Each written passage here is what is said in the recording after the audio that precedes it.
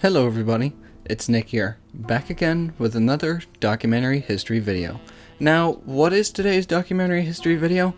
Well, I'm catching up on the last heavy rail line that there is on the MBTA, which that is the Blue Line. So that's what we're going to be diving into today. And well, like always, this video will be diving into the history of the line, as well as the history of the rolling stock, and some various other things that I will throw in here and there. And yeah, so that's what this video is basically going to be. So sit back, relax, don't forget to subscribe, and let's go ahead and get started. But before we get into today's video about the history of the Blue Line, I first want to tell you about today's sponsor, my merch brand, or nDesign. At nDesign, we cater to create some of the best MBTA merchandise for all of you rail fanners out there. And for this specific video, which is the history of the Blue Line, we have created some brand new t-shirts that will help you look cool while you're out there rail fanning. Some of the products that we have created are some products surrounding the 600s, such as the faces of them that have both the Wonderland and Bowdoin roll signs on top. Alongside that, we have a beautiful side view t-shirt of the 600s. We've also updated our entire catalog to include various other lines on the MBTA, including the orange line, the red line, and some updated t-shirts for the green line. So if you guys are really interested in getting yourself some snazzy new merch and making yourself look good while you're out there rail fanning, then go ahead and use the link in the description below to pick up a new t-shirt today. To get there, you can also type in ndesign-7.creator-spring.com. Once again, that's ndesign-7.creator-spring.com, or use the link in the description below to get yourself some nice, snazzy merch. And now, back to the video. So to start this documentary off, let's first start off with beginnings. Now, the Blue Line started back in 1904 under the Boston Elevated Railway, and actually, the Blue Line originally started as a street trolley car line instead of a standard heavy rail line, unlike the red and orange lines. And when it originally opened up back in 1904, it was one of the first North American subways to run underneath a large body of water. And the large body of water in this case was the Boston Harbor. And during the construction of the East Boston Tunnel, several workers' lives were lost during the construction of this tunnel. And the construction of this tunnel costed around $3 million to build, and that's about $89 million adjusted for modern day inflation. The original East Boston line spanned from Maverick Square in East Boston under the Boston Harbor through Aquarium Station, State Street, and finally terminated at the terminal station of Court Street Station. And this section of the Blue Line was called the East Boston Tunnel, and it was very successful, carrying Bostonians in and out of the city. But now, let's talk about Court Street Station and its very inefficient and deadly flaw. So now, Court Street Station was designed very differently. Unlike various other terminal stations that I've talked about in previous documentaries such as Forest Hills, Oak Grove, Braintree, Ashmont, and Alewife, Court Street Station was designed very differently. Now, unlike traditional terminal stations on the MBTA, they usually used an island platform with two tracks on either side for the cars to enter in to the station. Now, Court Street Station was very different because instead of using this approach, they decided to do something different. They decided to use a single track for the station. And well, you might be thinking, what's the problem with this, and how is this at all deadly? Court Street Station was very small, in which that meant the platform and actual rails for the trolleys to travel on were very short. Now, the Boston Elevated Railway figured it would be a good idea to try to fit at least two trolleys on this single track platform station. And well, this was very bad because two workers ended up being crushed to death during the changeover process during rush hour one time. And well, that didn't go well. And well, Court Street Station soon closed after that due to these incidents. Court Street Station ended up being abandoned, the floor was removed from the station, the tracks were removed, and the majority of the station was actually used as a storage space all the way up until 1960, when Scully Under was replaced by Government Center. And after Court Street Station was closed and abandoned in 1914, Scully Under opened in March of 1916, replacing Court Street Station as the primary terminal station for the Blue Line.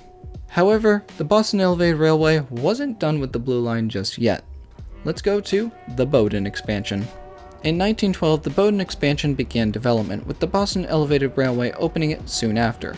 and the Bowdoin expansion would be the new terminal station for the Boston side of the Blue Line. And when Bowdoin was being designed, the Boston Elevated Railway decided to do Bowdoin a bit differently. Now, instead of taking the traditional terminal style station where there's an island platform and two separate tracks, like I had mentioned earlier, Bowdoin was designed with a loop in it, and this loop was created so that it would make the changeover process a lot easier, given that this loop would allow the operator to just continue driving the train in the loop around to the other side, pick up the passengers, and then be along their way. And Bowdoin Station was completed in March of 1916 and opened to the public that month. But now let's shift our attention to something I mentioned at the beginning of this video. Now remember how I said the Blue Line started off as a street trolley car line? Well, originally the plans for the Blue Line included a heavy rail line similar to that of the Red and Orange lines. However, due to a disagreement between the Boston Transit Commission and the Boston Elevated Railway, this heavy rail line never saw the light of day. Now with the Blue Line being a street trolley car line, that soon did change. Fast forward to 1921, and work at Maverick Square Station began to convert the East Boston Tunnel from low-floor trolley platforms to high-floor heavy rail platforms, as the transition from light rail to heavy rail was being made.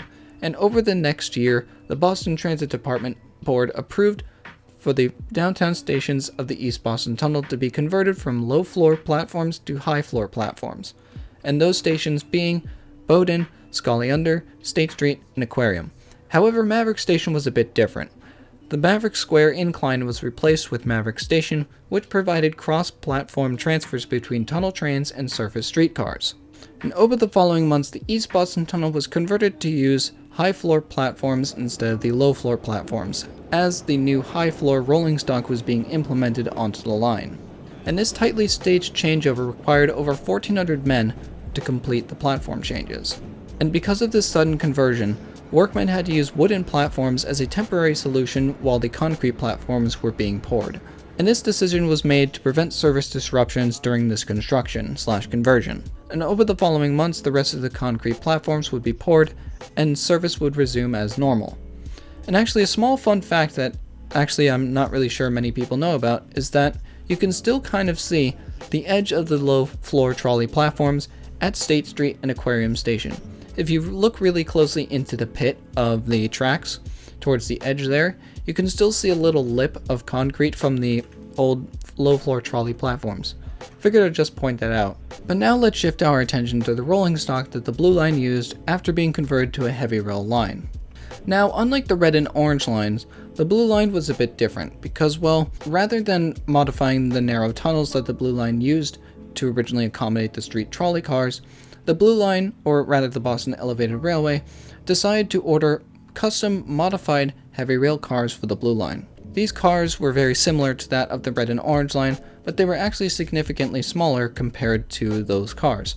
And the number 1 and number 2 fleet were built smaller so that they could fit through the tight Bowdoin loop as well as be able to navigate through the tight tunnels that the Blue Line used. And the first official rolling stock that the Blue Line used were the number 1 and number 2 East Boston Rapid Transit cars, which were built by Pullman Standard from the years 1923 to 1924. And these cars were 48.5 feet long or 14.8 meters long and were about a little over half the size of a Red or Orange Line car, whereas those cars were around 69 feet long and the Blue Line was around 48. However, putting a pause on the rolling stock for just a second, the Boston Elevated Railway was changed to the MTA in 1947 since the Boston Elevated Railway was in a bit of a financially rocky situation. Well, the MTA came to save the day. Well, that's it for that section. Back to the rolling stock. Fast forward to the 1950s when the number 3 fleet was introduced. The number 3 fleet was built by St. Louis Car Company and sported a design similar to that of the Pullman Standard 1100 and 1400 cars on the Red and Orange lines. And these cars sported a similar universally adopted standard subway car design that those Red and Orange line cars used as well. And the number 3 fleet was a great modernization/addition to the Blue Line alongside the number 1 and number 2 fleet. And this decision was made to add the number 3 fleet to the number 1 and 2, as the number 3 fleet would help increase service capacity for the new Revere extension that was opening soon after. Which leads into my next segment, the Revere extension, or the now known Wonderland expansion. From the years 1952 to 1954, a surface-level extension was created on the recently defunct Revere Beach and Lynn Railroad. This extension added several new stops that spanned from Maverick all the way to Wonderland. Now, an interesting part about this expansion is that the Blue Line actually used the same track area that the Revere Beach and Lynn Railroad had formerly used. However, it wasn't just simple as just throwing the new cars on there, putting in power, and calling it a day. No. There were some things that needed to be modified here. Now, the tracks that were originally laid down for the Revere Beach and Lynn Railroad were narrow gauge compared to standard gauge that the Blue Line used. So, the MTA couldn't just throw on these new cars and call it a day. Because, also, the Revere Beach and Lynn Railroad had been defunct for about 14 years prior to this extension being opened. And well, for those of you who might not know, train tracks that haven't been used in a while tend to warp and bend after a prolonged period of not being used and being exposed to the elements, particularly heat, since when metal heats up it tends to bend. And well, if they were to just throw these cars on this line without doing any track work, it would be very risky given who knows what would have happened to these tracks over the 14 years that they had been abandoned. And so the MTA did have to do a little bit of track work for this expansion. And alongside this track work, the MTA decided to use overhead catenary wires instead of the traditional third rail power system that they had been using inside of the tunnels. And this choice was primarily made to prevent icing of the third rail because, well, this expansion was very close in proximity to that of the ocean. Well, the MTA feared that icing of the third rail would become a very prominent problem in the future going forward, and so they decided to use the overhead catenary power system instead, which turned out to be a good choice. And with this extension came the following stations of Airport, Wood Island, Orient Heights, Suffolk Downs, Beachmont, Revere Beach, and Wonderland. And the line was officially renamed the East Boston Tunnel and Revere Extension by the MTA. However, that name change only lasted a little over a decade because, well, in 1964, the MBTA was created, and well, the Blue Line was officially renamed to the Blue Line, given that it ran underneath the Boston Harbor, and the MBTA figured that name would be most suiting given what I just said. But now, let's focus our attention to the rolling stock again. Fast forward to 1977, and well, the Blue Line rolling stock was doing I'm just gonna be honest here. It was a complete shit show. The old 500 fleet was doing fine-ish, but obvious problems began to arise. Due to the dated and old design of the entire fleet, some of the cars were beginning to age around 50 years old, which is a long time for a car to be in service. As well as just the general age of the fleet itself, maintenance for this whole fleet was a logistical nightmare. Because, well, the number 1 and number 2 fleet were produced in the 1920s and required different parts than the number 3 fleet that was introduced in the 1950s. And, well, maintaining these cars was just a nightmare, given that the cars required different parts and whatnot. And, well, just for a person like me working on computers with different parts, it's a nightmare. I can only imagine how much of a nightmare it is for a fleet of however many train cars they have. So the MBTA decided to ultimately replace the entire fleet with the now retired fleet of the Hawker-Siddeley 600s. The 600 series marked a monumental leap for the Blue Line fleet, as it had been the first time the fleet had been upgraded since the 1950s, which is a long time when you think about it. And the 600 series were built by Hawker-Siddeley Canada from the years 1978 to 1980, and were a serious technological leap compared to the 3 fleets it was replacing. The 600s featured a completely redesigned body with a completely redesigned undercarriage design and various technical differences compared to the other fleet. Now, the 600s featured a body design and interior design that I will say is the most aesthetically pleasing train design I have ever seen. The body featured a design similar to that of the 1200 series that we see on the Orange Line right now. And also, some of you might be saying, wait a minute, forget about the Orange Line and 1200s, those look like the Path PA3 trains. And well, you're correct, because Hawker-Siddeley Canada actually did design the Path PA3 trains that were used on the Path system in New York, and the design that the 600 used were heavily modified versions of the 600 fleet used in New York. So that's where that similarity comes in. And while the 1200 fleet was produced from 1979 to 1981 by Hawker-Siddeley Canada, And while they were pretty much carbon copy the same as of the 600s, however, the 1200s featured one more set of doors, as well as a bit of a longer body, and that was pretty much the main differences between the two. The 600s featured a completely redesigned exterior body that featured modern in-body sliding doors, and as for the interior, it received a completely redesigned seating and standing areas with brand new seats and a whole bunch of other goodies, along with door chimes and passenger announcements chimes, lit roll signs, noise reduction to help with noise in the interior cab, easy passenger assistance buttons at the front of the cab, as well as a full-sized front cab for the operator to use so that they would be able to walk to the other side and open up the doors from whichever side without having to exit the protective cab. But now let's dive a bit deeper into the interior of the 600s. Now, like I said, the 600s and 1200s have the most aesthetically pleasing design I have ever seen and I have ever ridden on. And while I'm sure a lot of people think that as well, and some people might think it's ugly, but that's whatever. I'm here to talk about it a little bit more, so let's go ahead. The interior featured wood paneling for the walls, seat dividers, and cab ends, with beige plastic bordering the windows and the doors. As for the handrails on the 600s were the first to feature stainless steel poles for the handrails and bars, and nylon holding straps covered in rubber were added to the top of the poles for easy handling. And as for the seats were changed from dark blue plastic and wood on the 500s to a very comfortable blue and black cushioned leather seat on the 600s, which by far made for an amazing ride. And now if you think that the interior was absolutely amazing, well, the exterior will blow your mind. Now the paint scheme for the 600s was the classic color scheme that most of the other train cars on the MBTA had at the time. The roof of the 600s were a light stone gray, the top half of the train was white, the lower half was a light blue, and a little bit of the undercarriage was the same stone gray as the roof. And the undercarriage received a big overhaul compared to the previous fleet.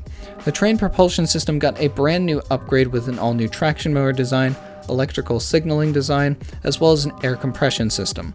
And these new systems made these cars operate a lot more efficiently, faster, and a lot more quietly. In addition to that, the air brakes were vastly improved to allow for more reliable stopping with a lot less noise.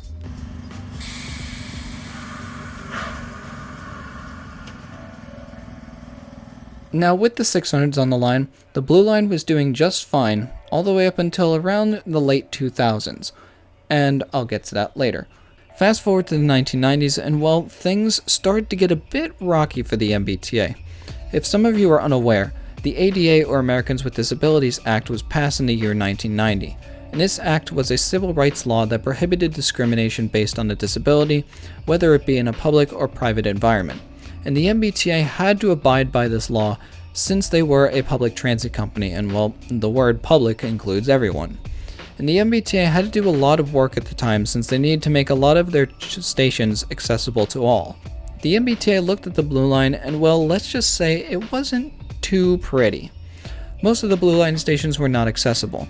The only exceptions were State Street and Suffolk Downs. Those were the only two accessible stations on the entire line. Wonderland too, but at the time Wonderland was still under construction. And so all throughout the 1990s, the MBTA worked on renovating these stations to be more accessible.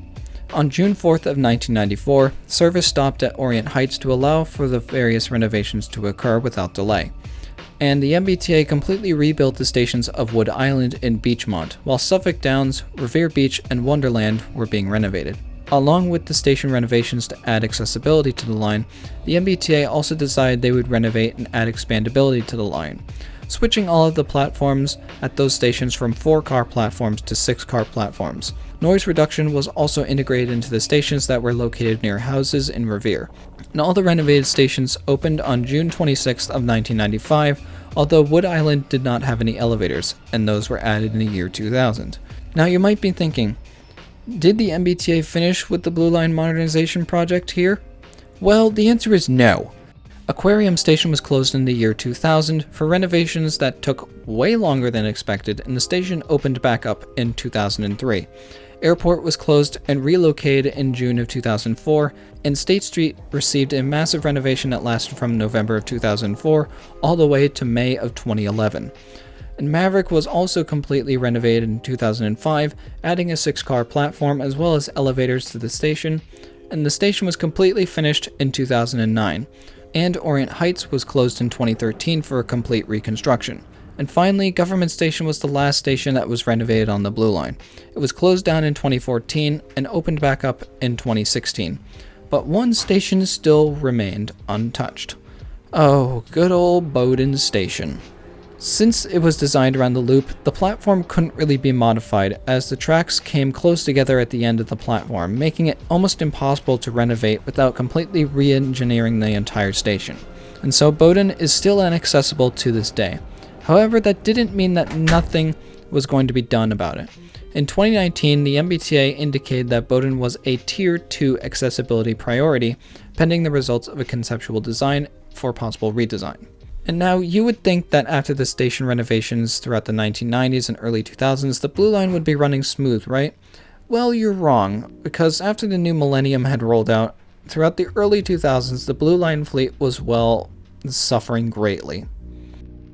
The 600s were beginning to deteriorate at a rapid pace, and the reason why they were deteriorating so fast was because the salt air was corroding the exterior body and undercarriage of the 600s, which, if you think about it, that's not good. And the MBTA at one point actually did consider overhauling and completely reusing the 600 series, but after an examination of the entire fleet, the MBTA realized the damage was much worse than they thought, and they figured it would just be a lot cheaper and easier to completely replace the fleet with something that would be a lot more modern and future-proof, as well as actually corrosion-proof as well. Now, the MBTA reached out to the manufacturer Siemens to build this new Blue Line fleet, and the contract was awarded to them, and production of the 700 series began, with the prototype car being finished in early 2005. Now, initially, the MBTA awarded this contract to Siemens back in 2001, and while deliveries were expected by 2004, well, let's just say that didn't happen, because, due to various manufacturing issues and funding requests, the delivery date was delayed until 2007. Which made the MBTA quite unhappy, and I can understand why. Their whole fleet was completely killing itself, or it was slowly dying, rather. But after all this frustration surrounding the rollout of these new trains, the first of the 700 series hit the rails on February 20th of 2008, and the last of the 600 series were retired on August 10th of 2010. And actually, cars 616 and 617 were held on the property of Orient Heights Yard, where they were held until 2012 when the new Emergency Training Center was opened by the MBTA. And cars 622 and 623 were sent to Seashore Trolley Museum for preservation. But enough talk about the old. Let's talk about the new. The new 700 series were a radical redesign that the Blue Line needed for a while now. The fleet featured a complete exterior body redesign that didn't really change the overall body design by that much, it sort of refined it. The exterior was made out of stainless steel instead of Cor-Ten steel, and the body was more refined and defined with sharper edges and a bit of a slicker design. As for the mechanical components of these cars, that all got upgraded too with a brand new traction motor, air compressor design, brakes, power systems, and a whole bunch of other stuff. The cars received an all-new AC traction motor with brand new brakes as well for better efficiency while stopping, and also this new traction motor was also more efficient, using a lot less power than its predecessor. And the power intake was changed to use a lot more efficient overhead catenary systems, along with the brand new third rail shoe design and power supply. And the new brakes that were included on the 700s were a lot quieter and a lot more efficient, especially in harsh conditions, whether that be snow or rain. Along with all this, the Blue Line received a brand new HVAC system as well. Although we're not done yet. There is one more feature that exists, but not too many people know about actually, and I found out about this from my friend Michael G. And it's actually that the 700 series are height adjustable. Now you might be thinking, whoa, that's crazy talk there, Nick. What the hell are you talking about? Well, let me explain. Now, when the 700 series were being tested, the Blue Line doesn't have a test track. And well, you might be thinking, where did they test these things? On the main line? No, they couldn't do that. That would disrupt service. Well, you're right. They didn't test them on the main line. They shipped them off to the Orange Line. Because, well, at that point, the Orange Line already had a fully functioning test track that ran along the stations from Wellington all the way to Community College. And well, that's where they tested the new Blue Line fleet. And well, for those of you who don't know, the Blue Line 600s and the Hawker Siddeley 1200s on the orange line, the 12 series are taller than that of the 600s, and while the 700s with this height adjustable feature comes into play here, because the actual platforms that the 12 series use are taller than that of the Blue Line platforms. And well, what they did on this test track was that they just basically raised the height of the cab and they just rolled it on the track. So that's really what this feature was used for. Other than that, this feature has never been used and has never really been required either, so figured I'd just kind of throw that in there. Pretty cool, huh? And well, after the Blue Line 600s were fully implemented, the Blue Line hasn't really changed since 2012, although just some other minor improvements and station upgrades have been made which are not really as important. However, there have been talks about a red line connection to the Blue Line, given that the Blue Line does not connect to the red line. It connects to the green and the orange, but it does not connect to the red. However, Bowdoin is in the direction of Charles MGH, and well, that's exactly what the MBTA had originally thought of doing. They had originally thought of extending the Blue Line all the way to Charles MGH, so that the Blue Line would be able to connect with the red line. However, this proposal didn't really make it that far. Because while Bowdoin Station, given its really quirky and intricate design surrounding the loop, Bowdoin Station is very limited. And if they were to try to fix the station so that it would allow for the tracks to continue on to Charles MGH, that would mean completely redesigning the entire station, which honestly, it just seems like a whole nightmare and a half to do. So there hasn't been much news on this at all. And well, that is it for the history of the Blue Line. I really hope all of you enjoyed.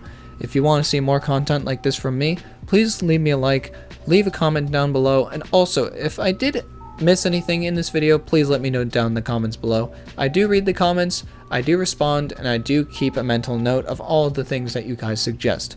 As always, for those of you who haven't subscribed already, leave a like, leave a comment, and I will see you all in the next video. Bye bye.